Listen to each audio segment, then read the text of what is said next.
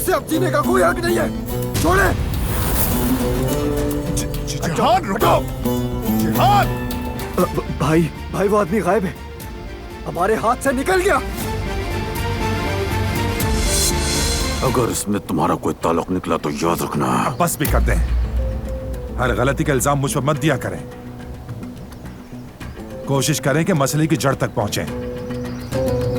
इस हवेली में अब मुझे बताए बगैर कोई काम नहीं होगा, मेरी मर्जी के बगैर कुछ नहीं।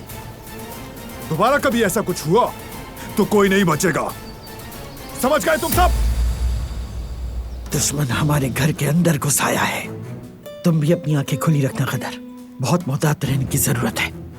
अगर किसी पर जरा से भी शक हो तुम मुझे फौरन आकर बताना। ठीक है बेगम साहिबा।